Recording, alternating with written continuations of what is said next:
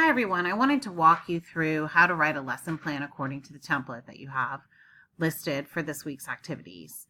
So today I created a lesson plan for students who were reading The Outsiders in their English class. And I picked 7th grade just mostly because it was in the middle and it was a good way to give you an example. So The Outsiders is a story that a lot of kids read in middle school. It's about two separate groups of kids, the haves and the have-nots, essentially, the socias and the greasers, the poor kids and the rich kids.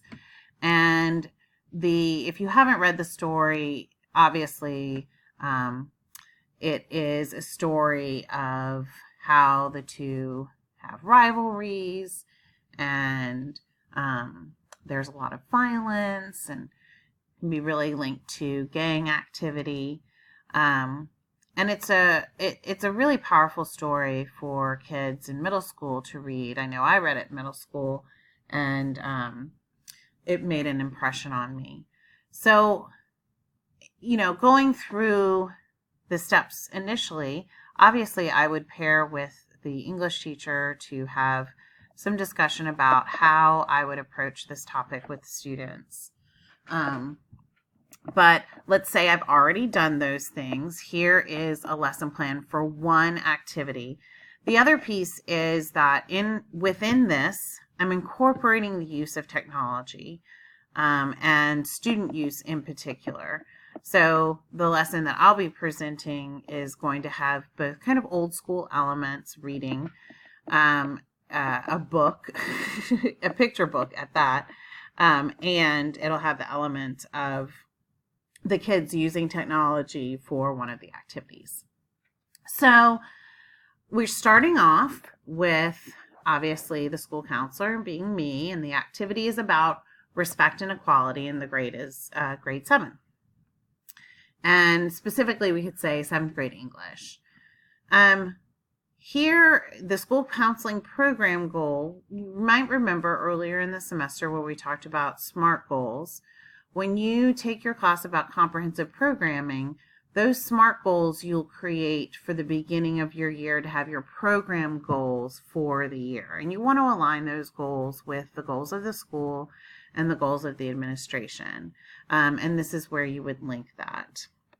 You're welcome to link it to the SMART goal that you created for the advocacy and leadership activity, although you may not have done that quite yet. But here you could create a goal that might work for the activity that you're doing.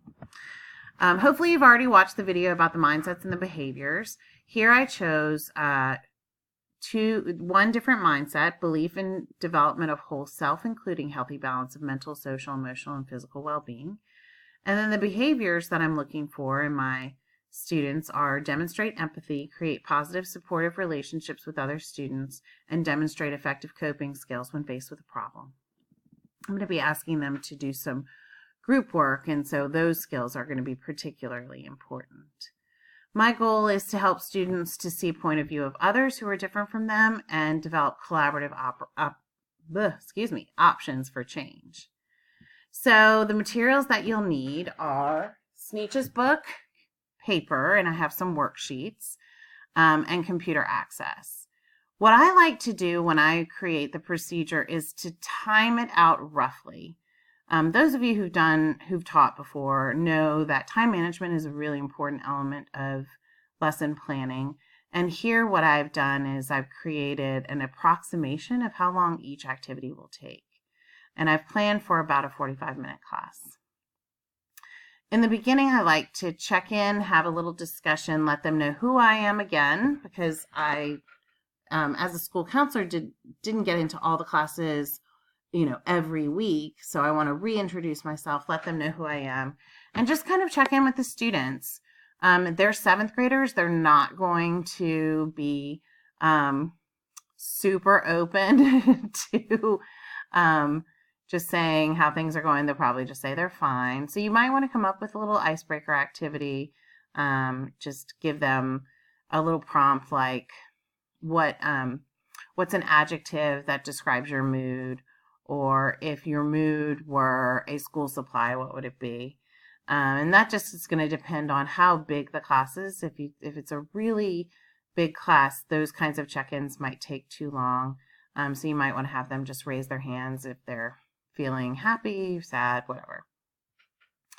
The next is I'm going to read the Sneetches story to the students, and it's a Dr. Seuss book. It is a children's book. These are 7th graders. I have to make sure that I let them know that I understand that they are not children, but that the story that they read as children could be applied to more sophisticated things, and give them that opportunity for them to know that I know that they are much more sophisticated than an 8-year-old. And they'll appreciate that. It also gives them the opportunity to just enjoy being read to, because what I found is that students, actually most people, just really enjoy being read to. So that story will take about, 4 to 5 minutes. And then I have a worksheet that I want them to fill out. And some of these questions are going to be helping us to guide them to understanding the main issue in the story. So what is the story of the Sneetches? What's their problem? And if you don't know the Sneetches story, it's Starbelly Sneetches versus Plainbelly Sneetches, and they're all trying to one-up each other. And then they get conned by a guy who's telling them how to put stars and take stars off of their bellies. And in the end, they don't know which is the best Sneetch. And they decide that all the Sneetches on the beaches are equal. So what's the main problem? How do they deal with it? What is the lesson that they learned? And that's what we're really going to focus on. And then I want you to, and then I want them to start looking at, okay, how does this apply to the outsiders? What would have been different if the groups in the outsiders would have learned the lesson that people are inherently equal? And then I have them apply it to their own school and their own lives. And that's going to be an important part of the data gathering that we do at the end of the lesson. After they do that, I'm going to have them safely pair share or small group share. And these small groups and pairs are going to then work together for the larger activity that they're going to do. But we're going to discuss it as a group. So that's going to take about 10 minutes to let the kids finish their worksheet. It's not for turning in, I'll tell them that.